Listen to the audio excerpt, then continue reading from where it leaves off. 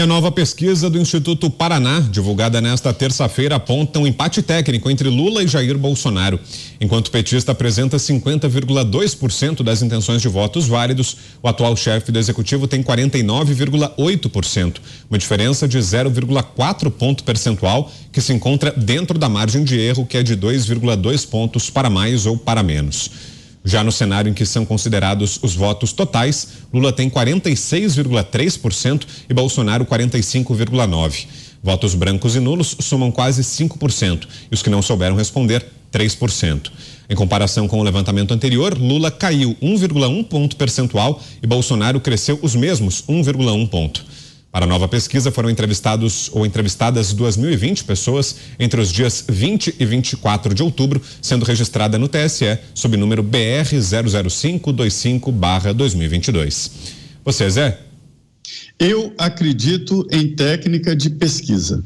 Isto é uma ciência exata e sempre dá certo. O que está acontecendo? Eu conversei com vários profissionais dessa área, né, estatísticos, e eles dizem a mesma coisa, é de que os dados no Brasil estão confusos e não foram atualizados. Vou explicar melhor. Para você saber o sabor de um vinho, você não precisa tomar uma garrafa inteira, né? Um copo de vinho, alguns goles, você já descobre. É mais ou menos esta estratégia. Mas para definir uma tendência de uma população, é preciso, de uma maneira técnica, investir em setores representativos. São pouco mais de 2.000 pessoas pesquisadas. Em algumas cidades, um só é pesquisado, para se ter uma ideia de como é confuso esse processo. Mas se é feito dentro da técnica, dá, sim, bons resultados e precisos dentro da margem de erro, né? Mas acontece que existem dados confusos no próprio censo que não foi atualizado. O número de evangélicos no Brasil, o número de pobres, o número de pessoas que trabalham na agropecuária ou não, o número de empresários, tudo isso está muito desatualizado. Se essa base de pesquisa está errada, é claro que o resultado vai dar impreciso, ou seja, errado. Eu vi aí várias pesquisas, 8 pesquisas, vi 8 pesquisas, diferenças ali de 6, e essa que dá Paraná Pesquisas, que tem uma técnica nova, né, revolucionária e mais exata de pesquisa, que dá o empate. E observando tudo, a gente vê o seguinte: a pesquisa, ela mostra um momento, mas esse momento está confuso exatamente pela base de cálculos. Não está, os institutos, que são chamados assim, para limpar o nome ali, eu chamo de empresas de pesquisa, as empresas não estão calibrando a pesquisa e é isso que faz esses erros e a falta de confiança. Mas é o quadro. O quadro é isso aí. Pesquisa indica que há uma polarização, sim, a eleição está aberta, pode dar um ou pode dar outro. A tendência é o presidente Jair Bolsonaro, porque ele é o presidente da República, ele é o governador de tudo, ele dá essa estabilidade que os indecisos procuram. Senhores, os indecisos vão decidir o futuro, né, do país. Ironia do destino.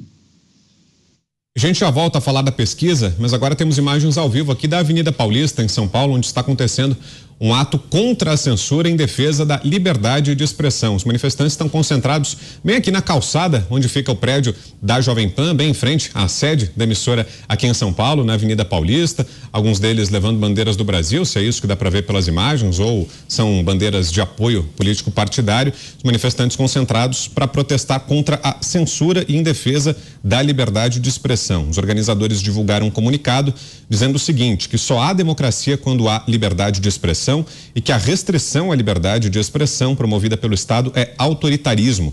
Os organizadores dizem também que se trata de um grupo de cidadãos indignado com as arbitrariedades das autoridades do judiciário brasileiro e que essa manifestação é apartidária. Portanto, fica aí o registro, manifestantes já reunidos aqui em frente ao prédio da Jovem Pan, na Avenida Paulista, em São Paulo, para esse ato que deve ter início em instantes contra a censura em defesa da liberdade de expressão. Agora você, Thiago Pavinato, queremos ouvi-lo sobre a pesquisa que trouxemos aqui, o levantamento do Instituto Paraná, que mostra empate técnico e uma diferença bem pequena entre Lula e Jair Bolsonaro, petista com 50,2%, presidente com 49,8%. Levando-se em consideração o resultado da pesquisa desse instituto no primeiro turno, pode-se até concluir, né, que o presidente Jair Bolsonaro ele está ganhando com folga esse segundo. Por outro lado, eu analisei nessa segunda-feira muitas pesquisas feitas por muitos institutos e instituições privadas e nós vemos um cenário de empate de resultados, né? Tanto aquelas que dizem que o candidato do PT tem vantagem, quanto aquelas que dizem que o presidente ele tem alguma vantagem. Eu vi também um quadro comparativo dos estados a partir das pesquisas do IPEC, que no primeiro turno foram vantajosas ao candidato do PT, e o presidente Jair Bolsonaro ele teve um aumento significativo de eleitores nos estados mais importantes em população do Brasil. Eu falo de São Paulo, Minas Gerais e Rio de Janeiro. Enquanto o candidato do PT ele teve um aumento de 1% nesses estados em média, o Jair Bolsonaro ele teve um aumento de quase 8% nesses 3 estados. Então, as pesquisas elas mostram um cenário de polarização resistente. Elas apontam que quem vencer essa disputa vai vencer com uma margem pequena, apertada, não vai ter um campo, uma piscina livre para nadar de braçada, não. Ele vai ter uma oposição consistente, principalmente a oposição popular, seja quem ganhe essas eleições. E uma coisa só me irrita, falando em pesquisas eleitorais. Ao mesmo tempo que o TSE julgou arbitrária, absurda, uma petição que pedia a investigação de eventual conluio entre empresas de pesquisa, institutos de pesquisa de intenção de voto, que investigar nunca é demais.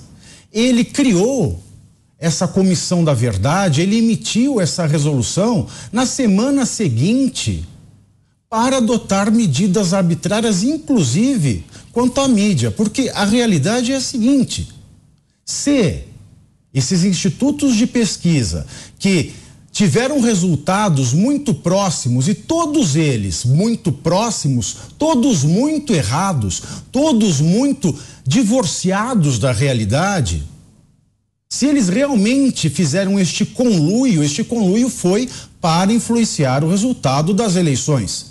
E, se assim foi feito, eles nada mais fizeram do que praticar a fake news que tem sido tão autoritariamente perseguida pelo TSE.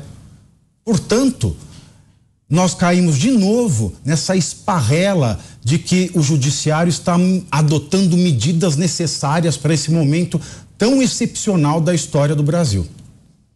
Diga, Mota. Pesquisas. O que ainda resta a ser dito sobre pesquisas? Olha, eu fiz hoje uma pesquisa pelo Datamota. Eu fiz uma pesquisa em uma feira livre aqui do Rio. Hoje é meu dia de fazer feira. Eu conversei com os feirantes e o resultado deu bastante diferente dessas pesquisas desses institutos. Aliás, algumas das frases dos feirantes eu nem posso reproduzir aqui, mas eu posso transmitir a toda a equipe da Jovem Pan os inúmeros elogios que eu ouvi quando eu estava fazendo feira hoje. As pessoas me paravam e me diziam: vocês da Jovem Pan são a nossa voz.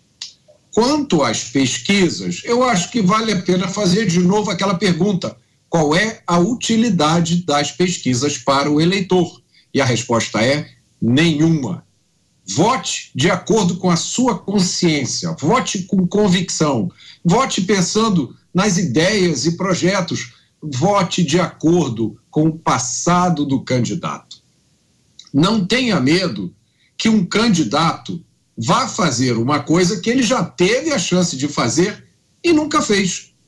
E também não adianta ter a esperança de que um candidato que sempre fez coisas erradas, dessa vez vá se comportar.